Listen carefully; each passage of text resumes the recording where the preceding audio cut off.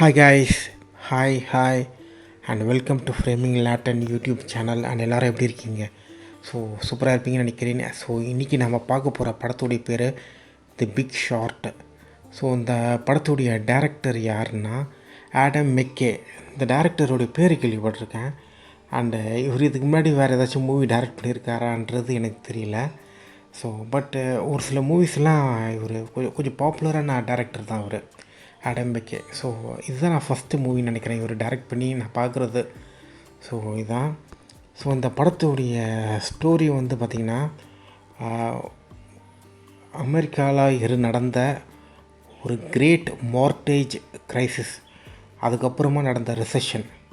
So அதை பற்றி தான் இந்த படத்துடைய ஸ்டோரி.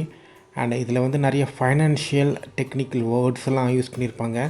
அது ரொம்ப கரெக்டாக கிளியராக சூப்பராக கிளாரிட்டியாக நம்மளுக்கு புரிகிற மாதிரி அவங்க சொல்லியிருப்பாங்க. அண்டு அது எப்படி சொல்லியிருப்பாங்கன்னா, இந்த படத்தில் ஸ்டோரியோட வெவ்வேறு characters real life movie stars இருக்காங்கள, மார்கட் ராபி, அதுக்கப்புறம் செலேனா கோமஸ், அவங்களெல்லாம் வச்சு இந்த டெக்னிக்கல் டேர்ம்ஸ்லாம் நம்மகிட்ட எக்ஸ்பிளைன் பண்ணி சொல்லியிருப்பாங்க. லைக் சப்ரைம், சிடிஓ, அதுக்கப்புறம் ஒன்று அது என்ன எம்சிஓவா, ஸோ அந்த மாதிரி ஒன்று இருக்கும். ஸோ அது எல்லாமே இந்த பாண்டேஜ்னால் என்ன, பாண்டுனா என்ன, அப்புறம் சிடிஓ ரேட்டிங்னா என்ன, பாண்டு ரேட்டிங்னா என்ன, அதுக்கப்புறம் எப்படி இந்த பிஸ்னஸ்லாம் நடக்குது, அதுக்கப்புறம் சிந்தட்டிக் சிடிஓனா என்ன, அப்புறம் பபுள்னால் என்ன, மார்ட்கேஜ் புரோக்கர்ஸ்னால் யார் அவங்க, இது எல்லாமே பார்த்திங்கன்னா அப்பப்போ நல்லா ஒரு வெவ்வேறு நபர்கள் வச்சு டெக்னிக்கலாக புரிய வச்சுருவாங்க. ஸோ எல்லாமே நல்லா கிளியராக புரிய வச்சுருவாங்க. ஆனாலும் டிஃபிகல்ட்டாக தான் இருக்கும் இந்த படம். ஏன்னா இதில் ஃபைனான்ஸ் சம்மந்தமாக நிறைய விஷயம்லாம் பேசுவாங்க. அது அவ்வளோ ஈஸியாக எல்லாருக்கும் புரியாது, அதுவும் முக்கியமாக எனக்கு. ஸோ இதில் வர கேரக்டர்ஸ்லாம் பார்த்திங்கன்னா முக்கால்வாசி ரியல் லைஃப் கேரக்டர் தான். ஸோ அது எல்லாமே நல்லாவே ஸ்டோரியோட, ஸோ அவங்களோட கேரக்டர்ஸ் எல்லாமே நம்மளுக்கு நல்லாவே சொல்லியிருப்பாங்க. ஏன்னா அவங்க எல்லாமே ஒரு வால் ஸ்ட்ரீட்டில் ஒர்க் பண்ணுற கேரக்டர்ஸு நபர்கள். அவங்களுடைய லைஃப்பில் நம்மளுக்கு அவ்வளோவா ஈஸியாக புரியாது. இந்த படத்தில் வந்து நம்மளுக்கு நல்லாவே புரிகிற மாதிரி பண்ணியிருப்பாங்கன்றேன். ஸோ இதுதான்.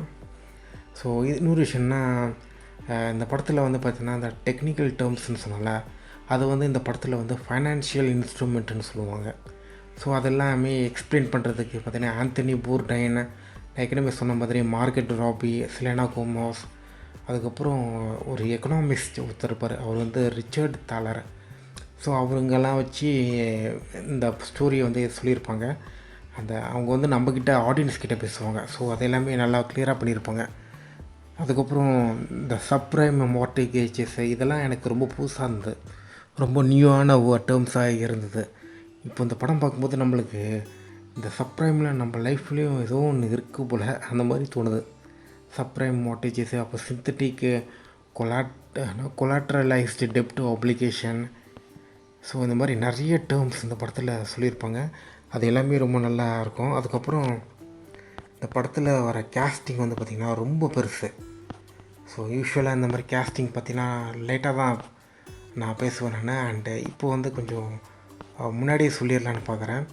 ஸோ ஃபஸ்ட்டு வந்து பார்த்திங்கன்னா கிறிஸ்டியன் பேல் வந்து மைக்கேல் பரியா ஒரு கேரக்டர் பெர்ஃபார்மன்ஸ் பண்ணியிருப்பார்.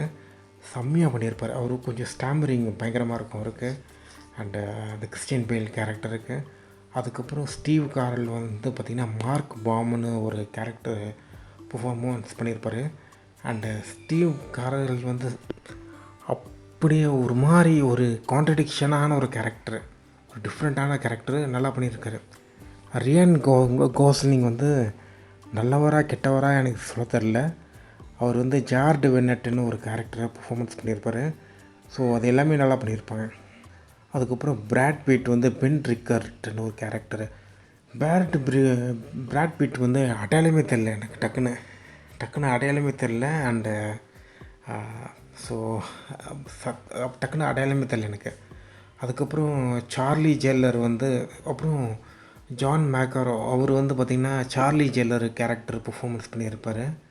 அதுக்கப்புறம் பார்த்திங்கன்னா ஃபின் விட்ராக்கு, இந்த ஃபின்ட்ரிக் விட்ராக் வந்து பார்த்திங்கன்னா அமெரிக்கன் ஹாரர் ஸ்டோரியில் என்னுடைய ஃபேவரட்டான கேரக்டர். அமெரிக்கன் ஹாரர் ஸ்டோரியில் நிறையா பெர்ஃபார்மன்ஸ் பண்ணுவார் இவர். அவர் வந்து பார்த்திங்கன்னா ஜேமி ஷிப்லி அந்த கேரக்டர் நடிச்சிருப்பார். அண்டு அவர் வந்தது பார்க்கும்போது நான் ரொம்ப சர்ப்ரைஸ் ஆகிட்டேன். ஸோ அவர் நல்லா நடிச்சிருப்பார். அதுக்கப்புறம் நிறைய பேர் நடிச்சிருக்காங்க. கேஸ்டிங் வந்து ரொம்ப பெருசு. அண்டு இந்த ஹோல் ஸ்டோரி பார்த்திங்கன்னா முக்கால்வாசி மேல் அவங்கள சுற்றி தான் போகும். ஸோ இதுதான். அதுக்கப்புறம் வந்து பார்த்திங்கன்னா எனக்கு பிடிச்ச காட்சிகள் என்னன்றது அது எப்படி சொல்கிறதுன்னு எனக்கு தெரியல. எனக்கு எப்படி என்ன சொல்கிறது, எது எனக்கு பிடிச்சிருக்குன்னு. பட் ஆனால் இந்த படத்தில் ஓப்பனிங் சீனில் வந்து பார்த்திங்கன்னா மைக்கேல் பிளரி வந்து பார்த்திங்கன்னா ஒரு நபரை இன்டர்வியூவுக்கு ஜாபுக்கு எடுப்பார். அந்த இன்டர்வியூ சீன் வந்து ரொம்ப நல்லாயிருக்கும். அவர் வந்து பேப்பர் அதுக்கப்புறம் ஏதோ ஒரு சஸ்பிஷியஸாக ஏதோ நடக்குதுற மாதிரி அவர் உணர்வார். அந்த சீன் வந்து ரொம்ப நல்லா எடுத்திருப்பாங்க. அதுக்கப்புறம் மைக்கேல் பாம் வந்து பார்த்திங்கன்னா ஒரு மீட்டிங்குக்கு நடுவில் வருவார். அதில் நடுவில் வந்துட்டு ஃபோன் பேசிகிட்டே வருவார். அவருடைய கேரக்டரைசேஷன் நல்லா பண்ணியிருப்பாங்க. ஸோ அதில் எல்லாமே நல்லா பண்ணியிருப்பாங்க. அதுக்கப்புறம் பார்த்திங்கன்னா இவர் கிறிஸ்டியன் பேல் கேரக்டர் வந்து பார்த்திங்கன்னா கம்ப்யூட்டர் ஃபுல்லாக நோண்டிகிட்டே இருப்பார். அவருக்கு ஏதோ ஒன்று தப்பு நடக்குது மாதிரியே தெரியும். அந்த எம்பிஓ சிடிஓ எல்லாமே எல்லா பாண்டையும் நோண்டிகிட்டு இருப்பார். ஸோ அதுக்கப்புறம் தான் அந்த சீன் நல்லாயிருக்கும். அந்த சீன் நல்லா எடுத்திருப்பாங்க. எல்லாமே ஒரு ஹேண்டி கேமரா மூலம் எடுத்திருப்பாங்க. அதுக்கப்புறம் பார்த்திங்கன்னா மார்கரெட் ராபி வந்து எக்ஸ்பிளைன் பண்ணுவாங்க. எம்டிஓ சிடிஓ அதுக்கப்புறம் எல்லா விஷயத்தையும் எக்ஸ்பிளைன் பண்ணுவாங்க. அது எல்லாமே நல்லா எக்ஸ்பிளைன் பண்ணுவாங்க. அதுக்கப்புறம் அவங்க வந்து சொல்லுவாங்க, மைக்கேல் பெரி வந்து பார்த்திங்கன்னா மார்டேஜ் பாண்டில் வந்து ஏதோ ஒரு தில்லுமுள்ளு நடக்குது. அண்டு அது எல்லாமே அவருக்கு தில்லுமுள்ளு நடக்க தெரிய வந்துச்சு. அதுக்கப்புறம் என்ன பண்ண போகிறாங்க அதெல்லாம் சொல்லுவாங்க மார்கரெட் ராபி. ஸோ அதாவது பெட்டிங் பண்ண போகிறாரு அதெல்லாம் மார்கரெட் ராபி சொல்லுவாங்க. அந்த எக்ஸ்ப்ளனேஷன் மார்கரெட் ராபி பண்ண எக்ஸ்ப்ளனேஷன் வந்து ஒரு டம்பஸ்ட் பர்சன் கூட புரியும். அந்தளவுக்கு ஒரு கிளியரான ஒரு எக்ஸ்ப்ளனேஷன் தான். ஓகேவா? ஸோ இப்போது நிறைய பேர் வந்து இந்த டேரக்டருக்கும் இந்த மூவியோடைய ப்ரொடியூசர் டிஸ்ட்ரிபியூட்டருக்கு எல்லாருக்குமே தெரியும். நிறைய பேருக்கு இந்த ஃபைனான்ஸ் பற்றி நிறைய நாலேஜ் கிடையாது இந்த உலகத்தில். ஸோ நாலேஜ் வந்து கிடையாது. ஸோ அதனால் வந்து பார்த்திங்கன்னா இந்த மாதிரி ஒரு ஃபோர்த் வால் பிரேக் பண்ணி ஒரு சில கேரக்டர்லாம் உள்ளே கொண்டு வந்து அவங்கள எக்ஸ்ப்ளனேஷன் சொல்ல வச்சு நம்ம வந்து ஒரு மூவி பண்ணலாம். அந்த மாதிரி ஒரு இது பண்ணியிருக்காங்க. அது ஆக்சுவலாக ஒர்க்கபுளாக இருந்திருக்கு. ரொம்ப ரிஸ்க்கான ஒரு இது. ஆனால் அது ஒர்க்கபுளாக தான் இருந்திருக்கு. ஸோ இதான். அதுக்கப்புறம் கிறிஸ்டியன் பேல் அவர் வர கேரக்டர் சீன் எல்லாமே ரொம்ப நல்லாயிருக்கும். அதுக்கப்புறம் ரியான் கோஸ்லிங் அவருடைய இன்ட்ரடக்ஷன் அவர் தான் அந்த ஹோல் மூவியும் ஒரு ஃபோர்த்து வாலை பிரேக் பண்ணி அவர் பேசுவார். அண்ட் அதுக்கப்புறம் வந்து பார்த்திங்கன்னா ரியான் கோஸ்லிங் வந்து பார்த்திங்கன்னா இன்னொரு டீம் ஒன்று மீட் பண்ணி அவர் பேசுவார். இன்னொரு டீமு அவங்க கிட்டத்தட்ட ஒரு பிரெயின் வாஷிங் மாதிரி. ஸோ அந்த சீன் நல்லாயிருக்கும். அதுக்கப்புறம் சார்லி ஜெல்லர் அவர் அறிமுகம் ஆகிற சீனும் நல்லாயிருக்கும்.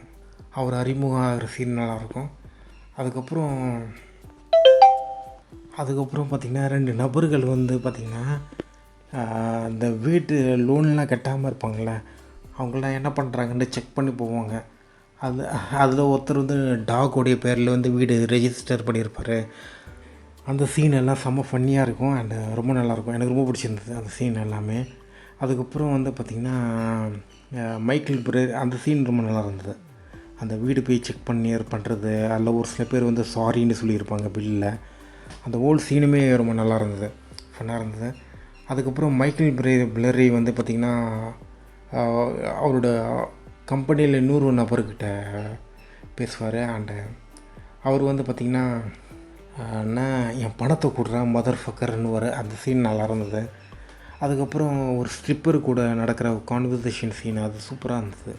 அது ரொம்ப நல்லா இருந்தது. அண்டு படத்தில் வந்து கான்வர்சேஷன் சீன் வந்து எப்படி பண்ணியிருக்காங்கன்னா ஃபன்னியாக அண்டு கொஞ்சம் இன்ட்ரெஸ்டிங்காக அண்ட் அதே சமயத்தில் படத்தோடைய ஸ்டோரிக்கு ஏற்ற மாதிரி அதே மாதிரி எல்லாமே ஒரு இன்ட்ரெஸ்டிங்காக பண்ணியிருக்காங்க. ஸோ இதான். அதே மாதிரி ஜிம்மில் வந்து பார்த்திங்கன்னா எக்ஸசைஸ் பண்ணிகிட்டு இருக்கும்போது ஒரு சில ஃபோன் கால் கான்வர்சேஷன்லாம் வரும், அது எல்லாமே நல்லா பண்ணியிருப்பாங்க.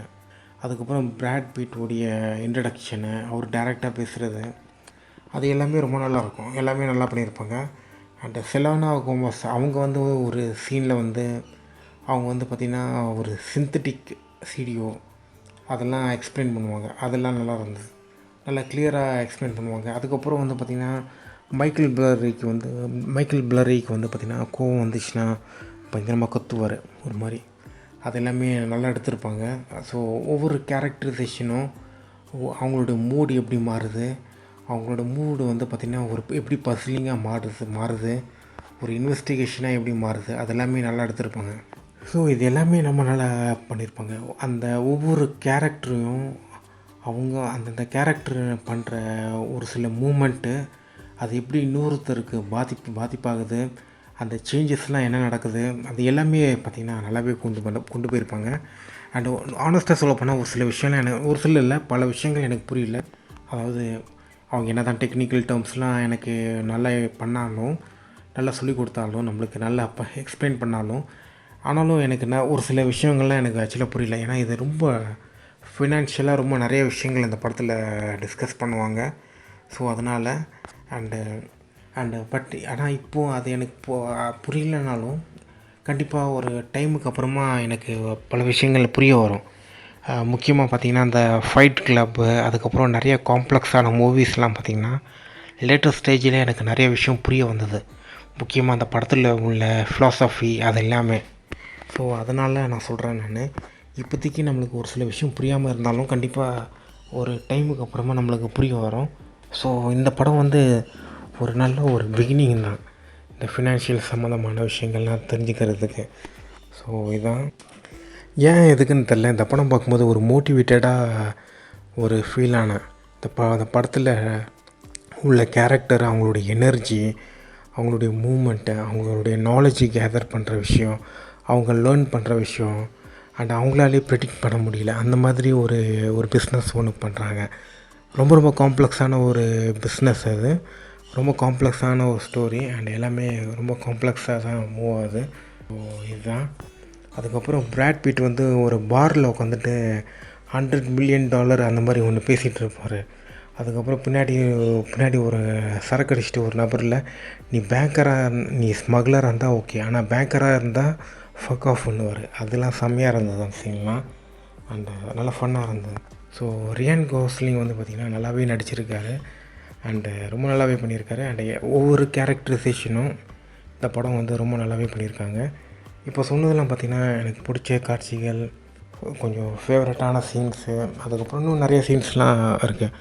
ஸோ இந்த படத்தில் ஒரு முக்கியமான விஷயம் என்னென்னா, இந்த படத்திலோடைய சினிமோட்டோகிராஃபி.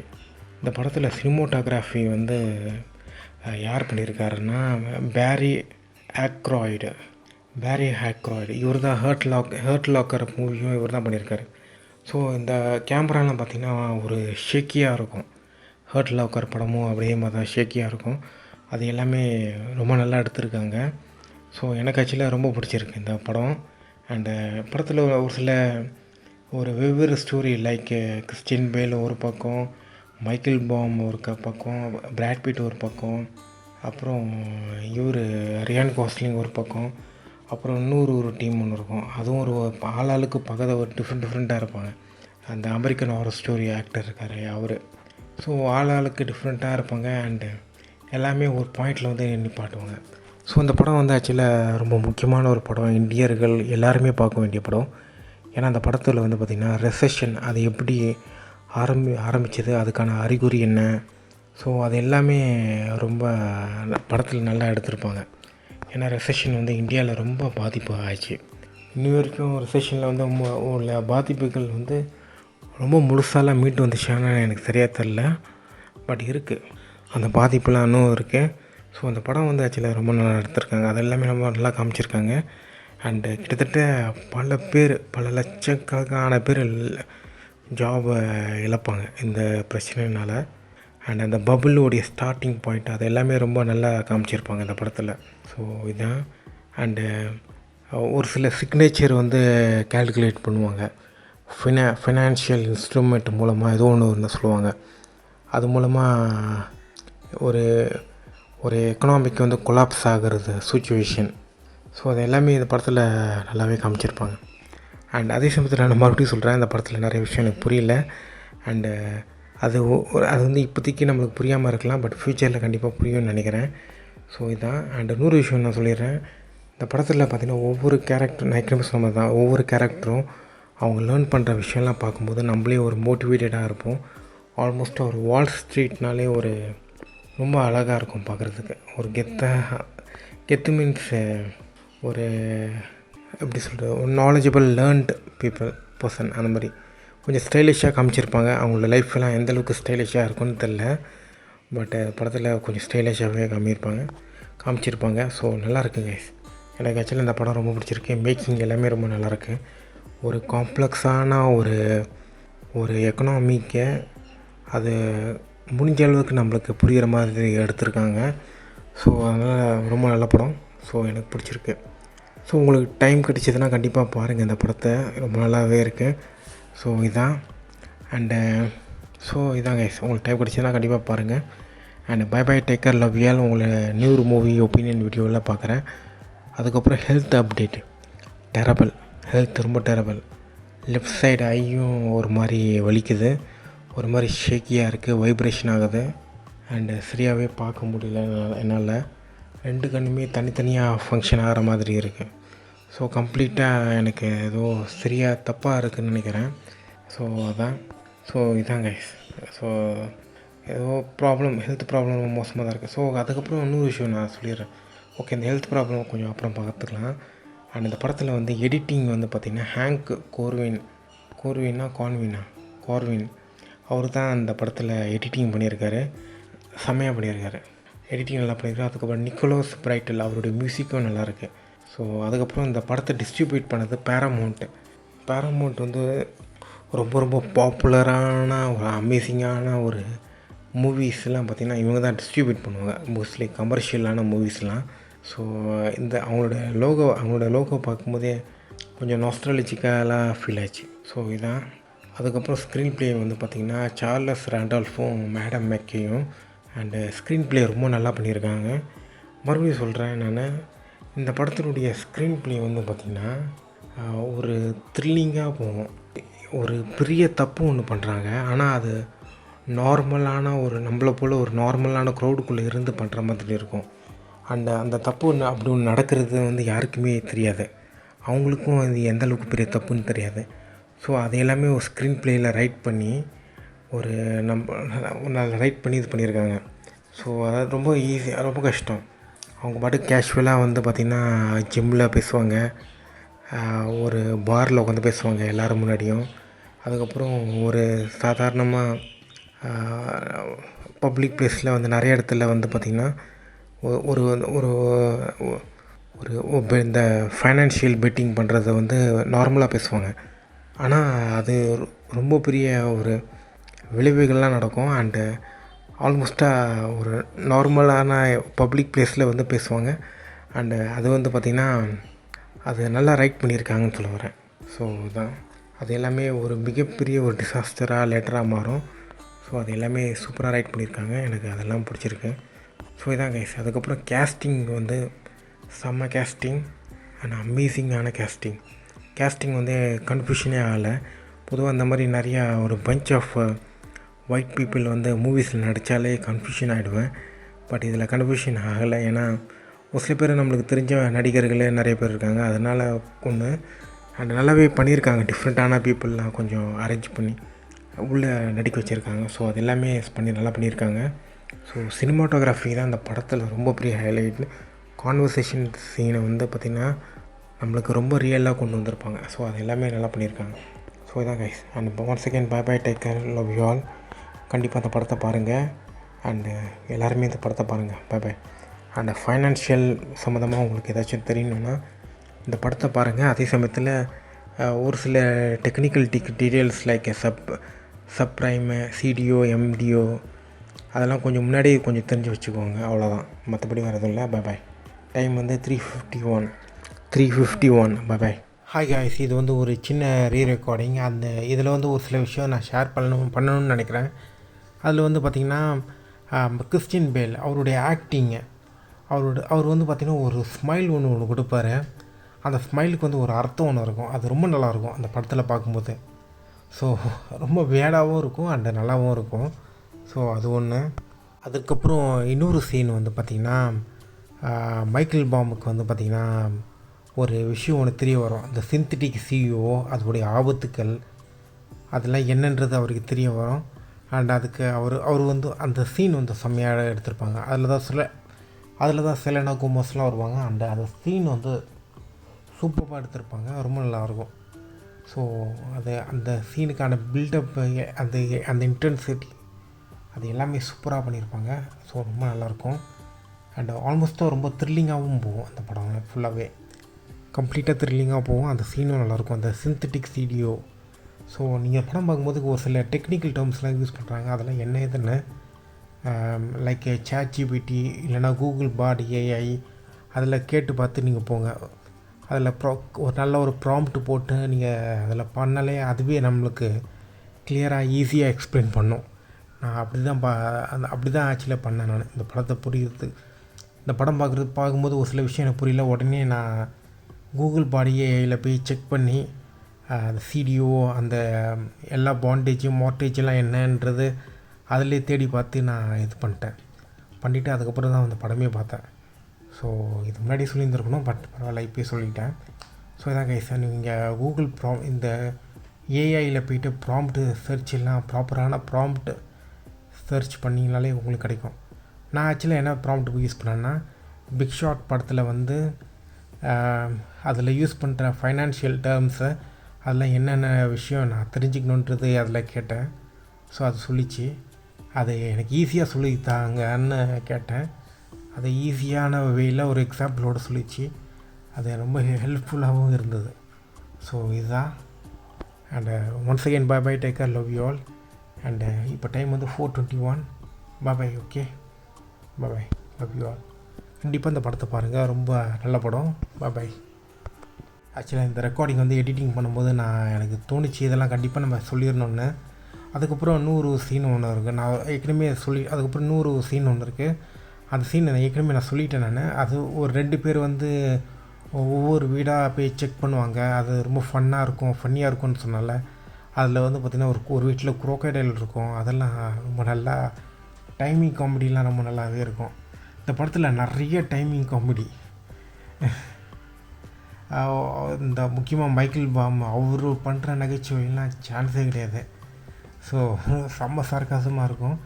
அண்டு இந்த படத்தில் வர ஃபைனான்ஷியல் டெக்னிக்கல் டேர்ம்ஸ்லாம் இன்னும் நல்லா நம்மளுக்கு தெரிஞ்சு இருந்தால் இந்த படத்தில் வர சார்காசம்லாம் நம்மளுக்கு இன்னும் நல்லா புரியும். ஸோ ரொம்ப நல்லாயிருக்கு. அண்ட் இந்த படத்தில் இந்த படம் வந்து பார்த்திங்கன்னா ஒரு புக்கு பேஸ் பண்ணி எடுத்திருக்காங்க. அந்த புக்கும் கொஞ்சம் செக் பண்ணலான் இருக்கேன். ஸோ பார்ப்போம் எப்படி இருக்குன்னு. இப்போ டைம் வந்து 4:22. ஸோ இதுதான். ஸோ அதை பார்த்துட்டு நான் சொல்கிறேன் நான். ஓகே, ஸோ இதான் கைஸ், எனக்கு ரொம்ப பிடிச்சிருக்கு இந்த படம். அண்ட் அடுத்த மூவி வந்து பார்த்திங்கன்னா ஒரு அகிரா குரோசவா மூவி. அவரோட படம் தான் பார்க்க போகிறேன் நான் இப்போது. ஸோ அவரோட படம் பார்த்துட்டு அந்த படத்துடைய ஒப்பீனியனும் நான் ஷேர் பண்ணுறேன். இப்போ டைம் வந்து 4:23. And bye. Okay, peace. 4:23 guys, by.